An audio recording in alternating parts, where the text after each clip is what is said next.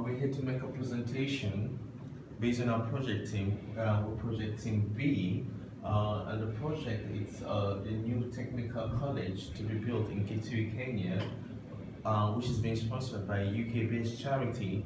My name is Abba Ibrahim Habib. Then I have my other team members, which are Shemirat, Anojan, Iksan, and Billy. I'll take the first part of the presentation, and as well, I will also be taking the risks part of the presentation as well. So I'm going to start with the project overview. Thank you. Here, we're going to talk about the background of the project. It's a technical college that is meant to be built in Kitui with vocational programs in mind, and it's being sponsored by a UK-based charity in the UK for their 50th anniversary celebration. The project is going to take 2 years from start to completion, and we'll aim to start the project on the 2nd of May 2016 and end it by May 2nd, 2018. The UK-based charity has graciously offered the sum of £150,000 towards the project. Then we will now have to find other ways to complement that amount to conclude the project. That it's part of what our team is going to do. And then we're going to talk about the summary of the proposed project approach. We're going to use the traditional methodology, it being construction based on the PMI principles, because it goes with sequences whereby you finish a stage before heading on to the next stage, i.e. clearing, soil testing, soil analysis, getting permits, doing the foundation, the main building itself, the skeletal, the fittings. So it's going to be a sequential whereby one stage has to be completed before we go on to the next stage. That will be for the approach, which is a traditional methodology. Now we're going to talk about the project objectives. The objectives of this project, of course, is to promote the UK charity in the sense that they have a lasting legacy while celebrating their 50th anniversary by providing a technical college that is vocationally inclined in Kitui, Kenya. The second vital objective is to provide education and literacy for the people of Kitui, Kenya. The third one will be to make them self-sufficient and have the powers to be able to generate income for themselves and being able to have a positive impact on the economy, like being a good source of labor force to be gotten from, and indirectly they generate revenue to the community in Kitui and to the larger Kenyan economy as well, which it's beneficial definitely. And then the main stakeholders for this project will be the UK charity, which has graciously given the sum of £150,000 towards the project, as well as the project team, then the community in Kitui, Kenya, then everybody that is directly or indirectly affected by this project will also be a stakeholder. For the project, of course, to go on, we need to have a defined procurement strategy. Because it's a construction program, so we need materials, we need resources, we need labor to have it concluded in good time. So the main procurement strategy we're gonna be using here will be locally sourcing for materials, resources, and labor. In the circumstances we can find the materials, sources, and labor locally, we're gonna outsource that, although that will be a bit more expensive. So the best option is for us to get the best available locally, since we're working on the budget, and to complement the budget, we need to fund ourselves. So working towards having a product that is of good quality, that is deliverable, and high standards within amount given to us and standard specification will be our main aim and objective here. So far, based on estimation of costs that the project from start to conclusion, inclusive of labor costs and all permits, materials and resources, we use the MS project management software to run a detailed analysis of the cost estimation with breakdown of phases and all, and we arrived at the total cost of 222,822.81 pence, inclusive of the £150,000 being given to us by the UK charity. So definitely that means we need to find a way to now balance the 150 to give us a final figure by creating fundraising programs, which my colleagues will further explain how to go about it in later slides. And then of course, after getting the cost, the next thing is what are we planning to do, because we have the money. Well, those are the project deliverables. That's why I put them separately, because it's what is expected of us to have at the completion of the project. It's going to be building, the technical school is going to accommodate 200 to 400 students. The facilities we aim to deliver educational programs for IT, which are the IT labs, the teaching workshops, the creative workshops, the mechanical and automotive workshops. We have wood and craft workshops, art design workshops, and probably tailoring grounds. Then we also intend to have a playground, because as they say, the saying goes, all work and no play makes Jack a dull boy, so they need to realize, of course, as long as they're working. Provide car parks for members of students or staff that have vehicles. Then initially we talked about workshop. So the workshops here, I'm trying to bring it back because it's for the appropriate studies, as I mentioned, maybe automotive workshop, woodcraft workshop, and others. Then since we're building, each building is to be functional, needs to have an administrative building. So we're going to have an administrative building at the end of the program, and then we're going to have a main building where all the educational activities will take place. With this, I think I've been able to give a slight overview, but now to go into further details, my colleague, Iksan, will go on to talk about the work breakdown structure in detail. Thank you. Thank you, Abba. My name is Iksan. I want to explain about work breakdown structure of Kitui vocational project. We have meetings, fundraising, permits acquisition, construction of main building, construction of administration building, and the final phase. The first meetings, we have stakeholders meetings and group meetings. In stakeholder meetings, we're going to have meetings with UK charity, construction company, university representative, local community, to know that what we require to build the project. In the group meeting, it is a meeting within our team, our project manager team. For the fundraising, we have first and second fundraising. In the first fundraising, we have Kickstarter Campaign, volunteer promotion, and we are going to have a sport event in UK. And the second fundraising, we are going to have a concert, a music concert in UK, also music concert in Kitui. For the permits acquisition, we have a survey plan, architectural drawing approval. We need also to test the soil, is that safe to build the building. We also need a building permits within a local community in Kenya, Kitui. Also, we will going to have an inspection. We will install temporary electricity, install connection system, excavation works, and we are going to do final inspection before construction.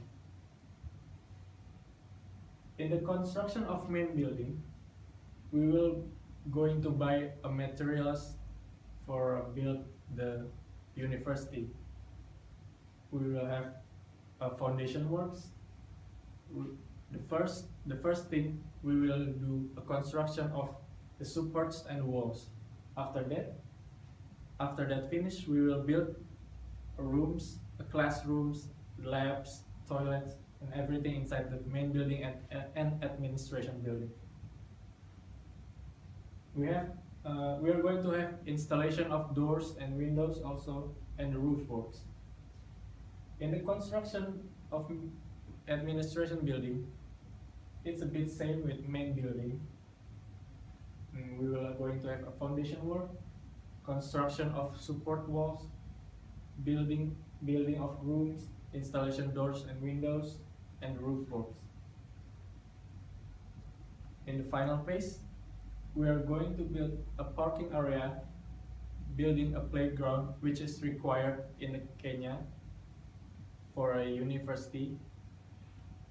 We are going to have a plumbing works, electricity works, painting works. We are going to have a bright or white painting works. It depends on the weather in Kenya. It's tropical, so we are going to choose bright or white. We are going to install furniture and a computer inside the classroom and the IT lab. We are going to final check is that something go wrong, and we will hand over the project to the community.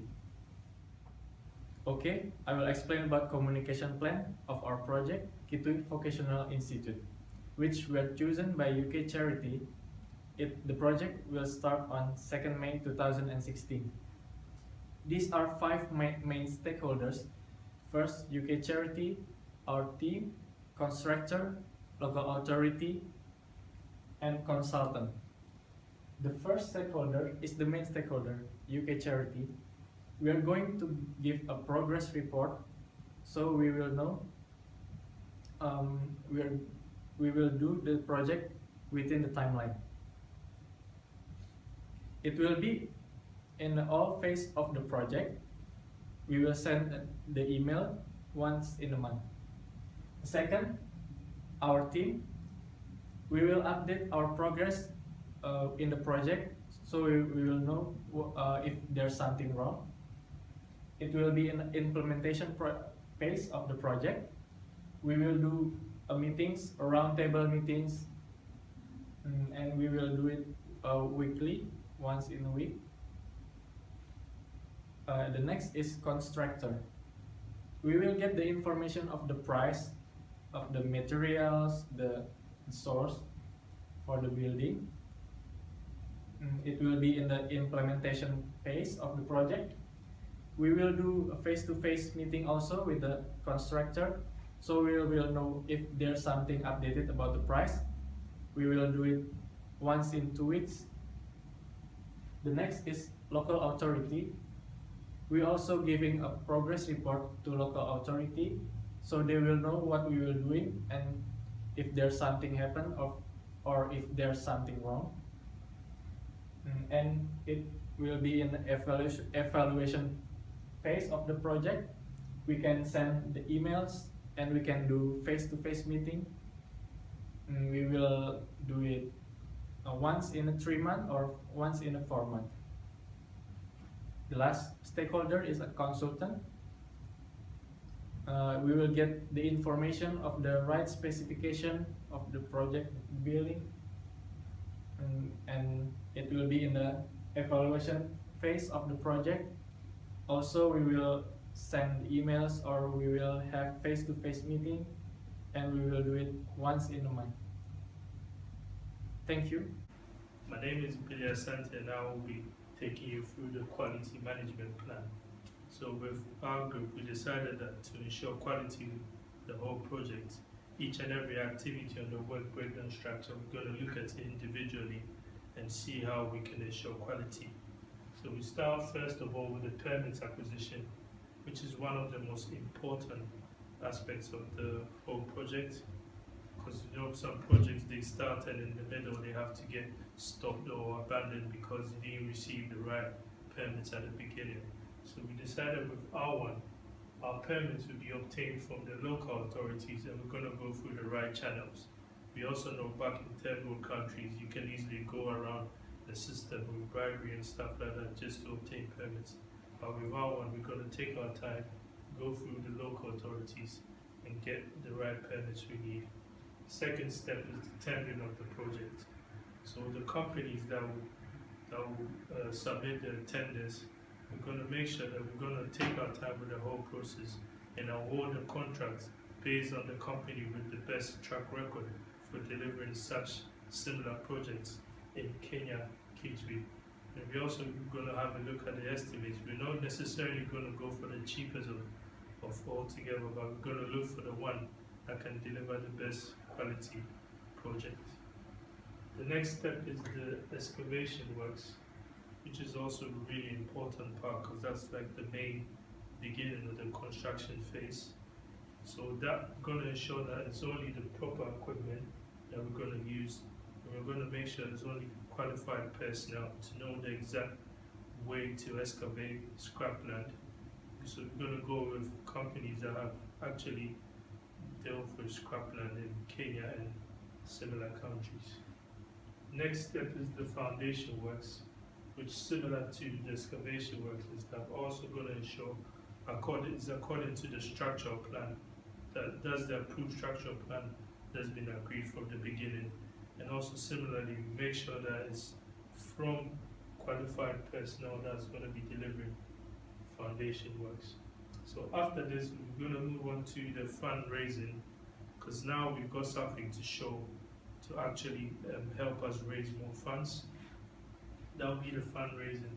How we're going to go about to ensure quality is to make sure that our advertisement is very informative, so that our people who are going to participate are going to have enough information to portray the vision and the whole team for the program itself, so we can raise as much funds as possible. After that, we go on to construction of the walls, which is the next phase of the construction process, and to ensure quality so that afterwards we don't find any cracks or any defects with the walls. We're going to make sure they use the proper materials from qualified and companies with good track records for producing quality materials. Ensure that it's done according to the structural plans as well, and as we've been saying earlier on, also only qualified personnel.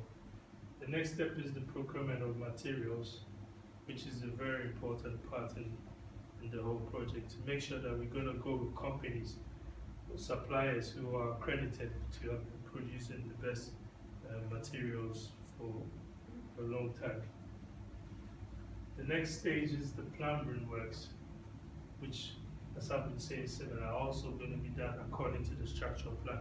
And because it's a different country all over together, the drainage system might be running in a different way compared to what we're used to over here in the UK. So we're going to make sure it's going to go according to compliance with the local standards of that country as well. We're going to obtain certification and permits for that, and also employ qualified personnel when it comes to that. Similarly, same we're going to do with our electrical and our roof works. We're also going to make sure it's all according to the local authority standards. And also, especially with the roof, we're going to make sure that it's at the right slope. We're going to make sure that personnel we're going to employ are going to do it at the right slope, so water doesn't build up when it rains or anything like that, which is going to put more pressure on the building, which can cause it to collapse or anything like that. Next stage is the painting works as well. Ensure we have only the quality paint possible, quality mixtures, stuff like that, and also the quality shade, because obviously it's a tropical country. You're not going to use any shade that's going to cause more heat in the rooms, the buildings, and the students, and also qualified painters as well. Furniture and computer installation, which will be procured from accredited suppliers and installed by accredited qualified personnel. Then we move on to the final checks to make sure that the building is safe. Health and safety is a really important aspect of the project. We're going to make sure that the safety and performance check clearance, obtain certifications for all of that as well from local authorities. The last phase will be the handing over. So to ensure quality with this, we're going to ensure acceptance by the client, and also we're going to provide them with manuals to address all issues that they might encounter after we have handed over. So the next step will be the actual infrastructure outline quality requirements. How we're going to make sure each and every structure and each and every outline of the building, how we're going to make sure that there's quality involved. So the first step is a safe and secure enclosed floor space per pupil to ensure that there's proper ventilation, there's proper lighting in each building. The acoustics and waterproof, so make sure the buildings are dust free, so just so making that the walls will not be dumpy or anything like that. Second is the toilet hygiene facilities. You're going to have a separate toilet for girls and boys, and also we're going to have the disabled toilet as well for disabled students. Non-portable water supply with hand wash points. We're going to make sure each student can access up to 2 to 2.2 liters per water. For safe drinking water, there's access to 1.3 liters per pupil according to the occupancy type. School furniture as well. We're going to make sure there's adequate quantity and size for learning purposes. We're going to make sure they're strong, they're not wobbly or anything like that. Then we're going to have a play and games area. With that, we're going to make sure that people can access such areas like the basketball, the volleyball, according to standard as well. We're going to make sure we have first aid kits, a minimum of 1 full set maintained per classroom. Then after the staff room and teachers' resources, the floor space will be at least 1.3 minimum 16 meter square floor area for 6 teachers, and an additional 2.6 meter square floor space per teacher. Then we're going to allow ramps and doors, smooth floors, so that people don't trip on the floors easily, and also for disabled persons to access the facilities easily with the ramps. We'll have a fence, which will be a secure fence and gate to guard the perimeter of the school, so we can actually decide who goes in and out of the boundaries of the school at all time to ensure safety as well. So our ICT room also will have electricity, which must be at the correct voltage. Because obviously it's a different country, they might have a different voltage compared to us. So to make it safe, we make sure it's at the right voltage. Our drainage system must be sufficient drainage and avoid stagnant water. Because it's a tropical country, any stagnant water can breed mosquitoes or stuff like that that can cause malaria. Also, we're going to have clear sign posted at the entrance and also in the building, so we can direct anybody to wherever they want to reach in the building. So we'll have a medical and sick room, which should be adequate space for a sick bed and the desk. And now finally, we're going to have fire extinguishers and fire posts at the exits and vantage points, just to ensure in case of any break of a fire, we can have people tackle it as quickly as possible. So that's the end of the quality management plan. I'll now pass over to my colleague Anijan to take you through the next stage. Hi, my name is Anujan, and I'm going to talk about the plan of this project, which will include the Technical College main building, parking space, the administrative building, playground, and the security office. In addition to this, I will also talk about the cost that was estimated for this project, and also talk about how much we'll be spending for individual phases for this project.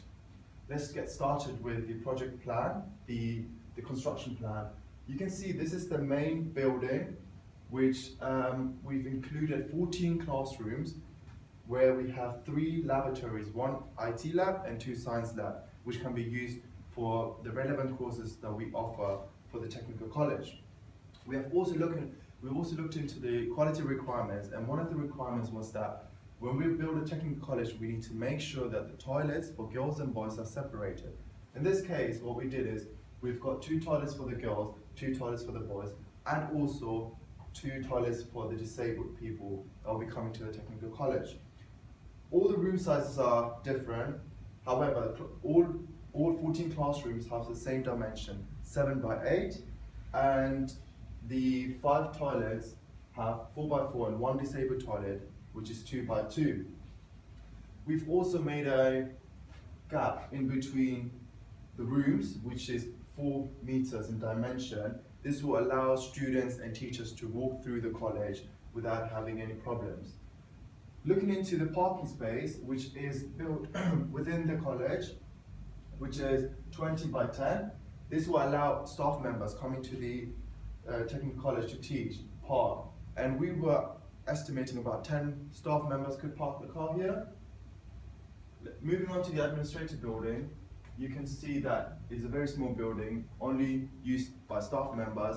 If there is a medical emergency, students are allowed to visit the medical room or for any other emergency kind of time. The building itself is 12 by 18, which includes a staff room, a medical room, a server room, storeroom, and another toilet. Just below the administrative building, you can see the playground, which was another quality requirement that we had to include if we wanted to build a technical college in Kenya Kitui. And right at the bottom of this plan, you have the security office, and that's what the entrance is as well. So no one can enter this building without passing the security. This will make sure that non-authorized people will not have access to the technical college. Only students with ID cards and appropriate, yeah. And now we're going to see and talk about more about the building. So we came up with this kind of structure for the building, and we said that individual classrooms, which are 7 by 8, would take to 4 days to build. This is just based on this kind of structure for the wall.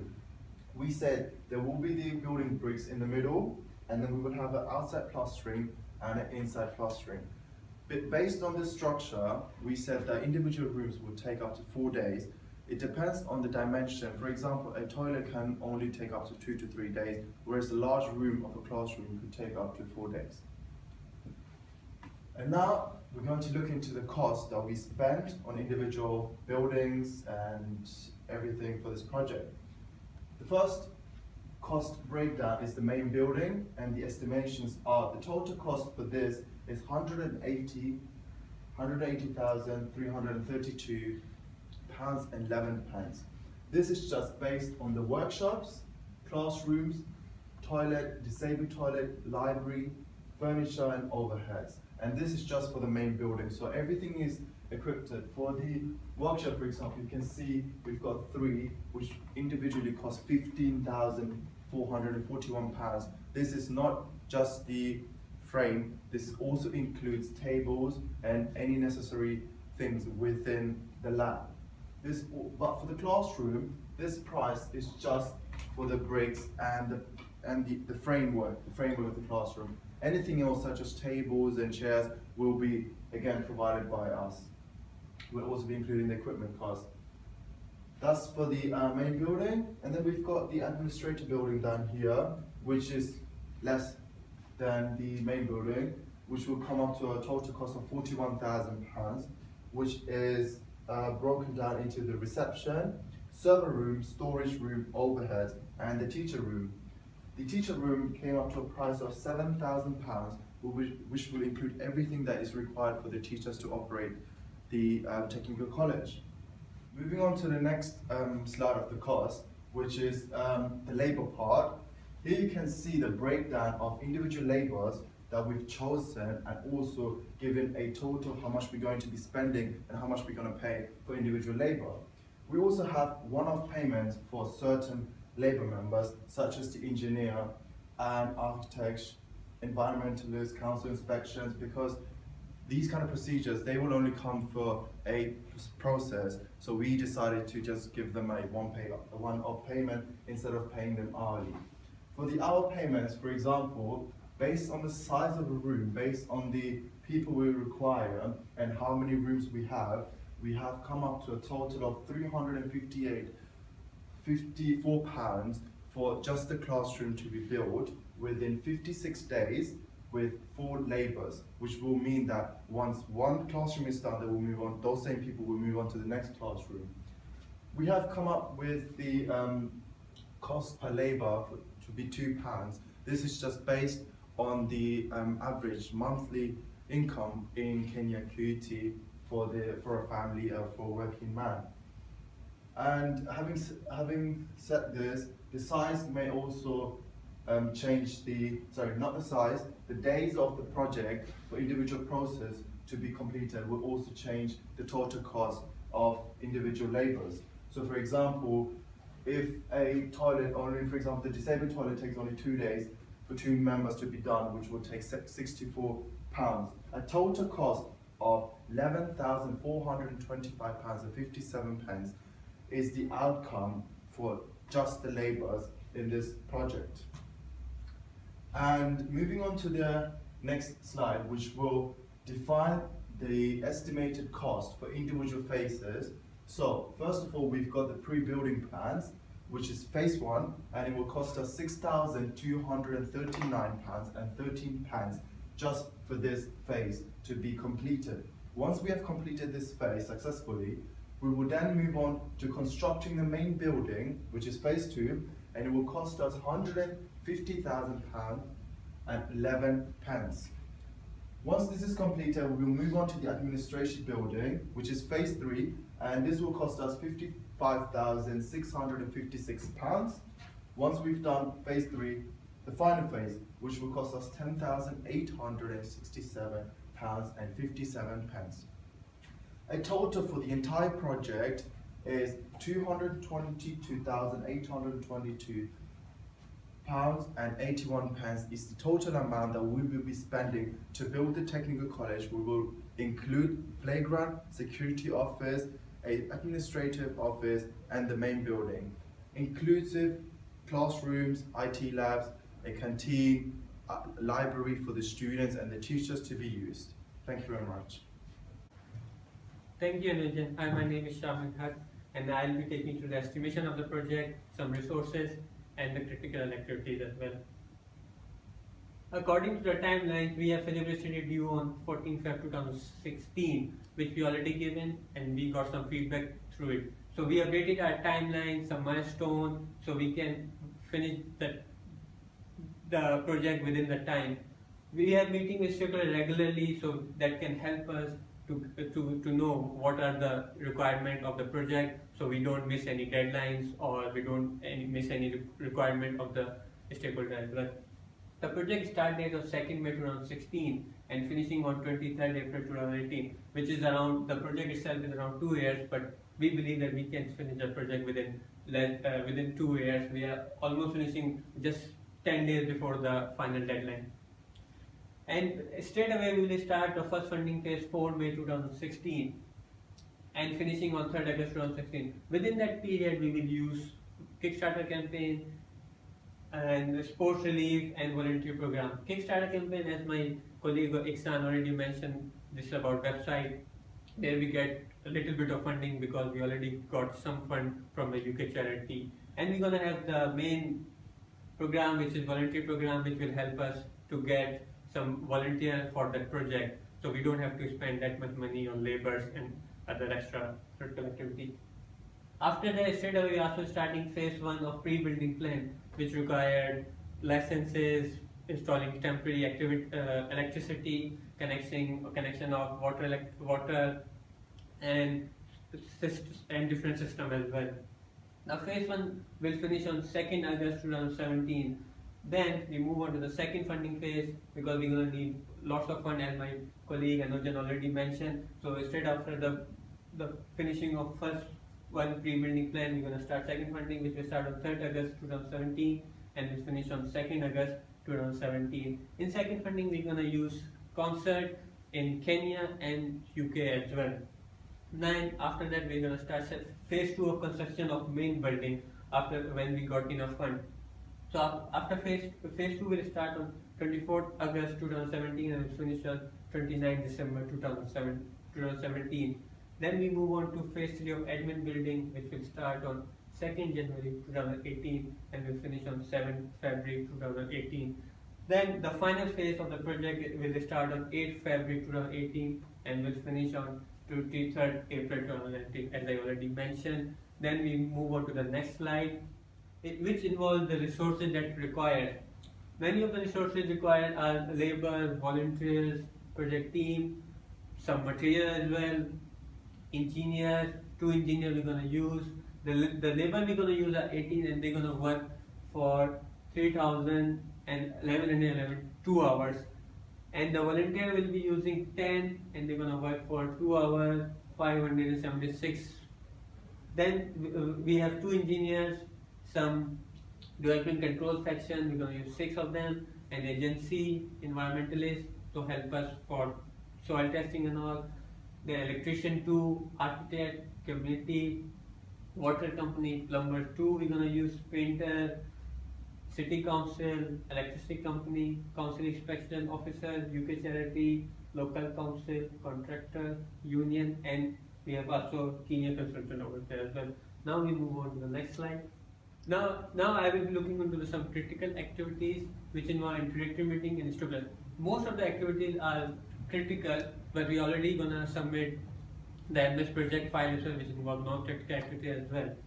The introductory meeting and stakeholder meeting will take around 3 days and 2 days, and these are the critical part. Then we move on to pre-building plans, which involve, which will take around 315 days, and these slides are distributed into 2 parts. Now I will move on to the next slide. It involves all the activities. Some activities take 10 days, some activities 7 days. For example, installation of temporary electricity will take 7 days, and excavation work will take 14 days, so we can build our foundation through it. And we will have in most of the phases we'll have progress meeting, and that will take only 1 day. So now I move on to the next slide. The construction of main building phase will take 27 days in total. Before that, we also gonna have the second funding round, which I already mentioned before. We're gonna have concert in Kenya and UK as well. That will take around 14 days each. Then there will be procurement of material, foundation work, and basic building of classroom, which all in the critical activity. Because once we finish one part, then we can move on to the next part.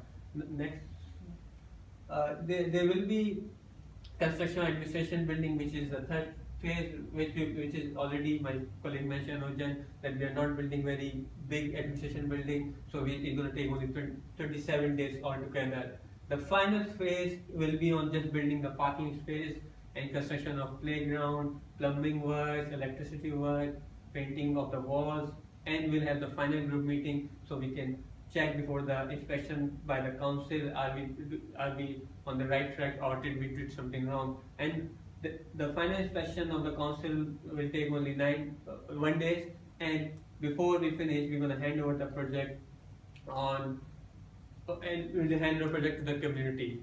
Now, my colleague Abba will talk about more on the list. Thank you. Thank you for the resources, Shamir. I will talk about the risks now. In case my name is forgotten, I'm Abba Ibrahim again. We're gonna start with the risks identified and their ranking. We've identified so far 6 major risks that we think will be detrimental to the project, or might slow down the project, or might even avoid the project from coming to a complete conclusion. The number one most prioritized risk we identified was political instability. The reason being that once there's no stability in terms of politics in a particular region, especially if it's a developing nation, within the context of it being in Africa, there's always chaos in terms of communal clashes, rivals fighting, so there will be an opportunity to partake in anything visible because there's no peace. So we'll rank that as the most prioritized risk, which is given number 1 ranking. Then the second risk that was identified that could also be detrimental to the project execution and conclusion is the lack of cooperation of the local community. Since it's a community-based project, the main sponsors of the project are not based within that community, they're being in the UK, which is the UK charity, we need to at least have a comprehensive understanding of the people of the community and have their support and backing for us to be able to execute the project as of when expected within the given standards and quality assurances without delay. Then the third, which we identified, although it's not as bad as the previous 2, but it's also important, is the lack of skilled labor, because as discussed earlier, procurement strategy, we said we tend to use more of local source labor and material and resources in terms of for it to be easy to control cost inflation, since we have to convert mainly the funds gotten in pounds to the Kenyan shillings. So if we do not have the required amount of skilled labor, there may be a delay because we need to train them to be up to standard. Or worst case scenario, if we do not have particular skill set, we as well import them from the United Kingdom or outsource them from somewhere that is relevant, which will be more expensive, obviously, to the project. Then the fourth, which you think was major one, also was the lack of funding. Since we started with a budget of 150, and the total cost of project completion runs to about 222,000, some figures ahead, pounds in the end. So we need to have an appropriate funding structure or strategy so that we will not be lacking of fund, and we've already made arrangements towards that, in the sense that we're going to have concerts in Kenya, in the UK we're going to have a sport relief program in the UK to raise money, we're going to have crowdfunding. Then in Kenya, what we decided was, apart from a concert, we're going to have a community-based volunteer system whereby people in the community can volunteer without us paying them any fee for particular labor, for jobs and labor inclined that some of them are not really skilled, i.e. being laborers on site or bricklayers. Then the fifth, which we also identified, was the lack of quality building resources and materials. I'm still going back to the procurement strategy here again, because we said in the procurement strategy, we're going to use locally based resources mostly for the, except we cannot find them. In that case, we need to import. So we need to be sure what we're getting locally is up to standard and of measured quality, so that we deliver a completed project work that will last for the time being and be a legacy to the UK charity, which is their main objective of giving us the project to do. Then the sixth one, which we do not have control over, unfortunately, is the fluctuation of exchange rate, because it might be an advantage to us. That is because we are working based on the pounds. If the Kenyan shilling falls, it saves us more money.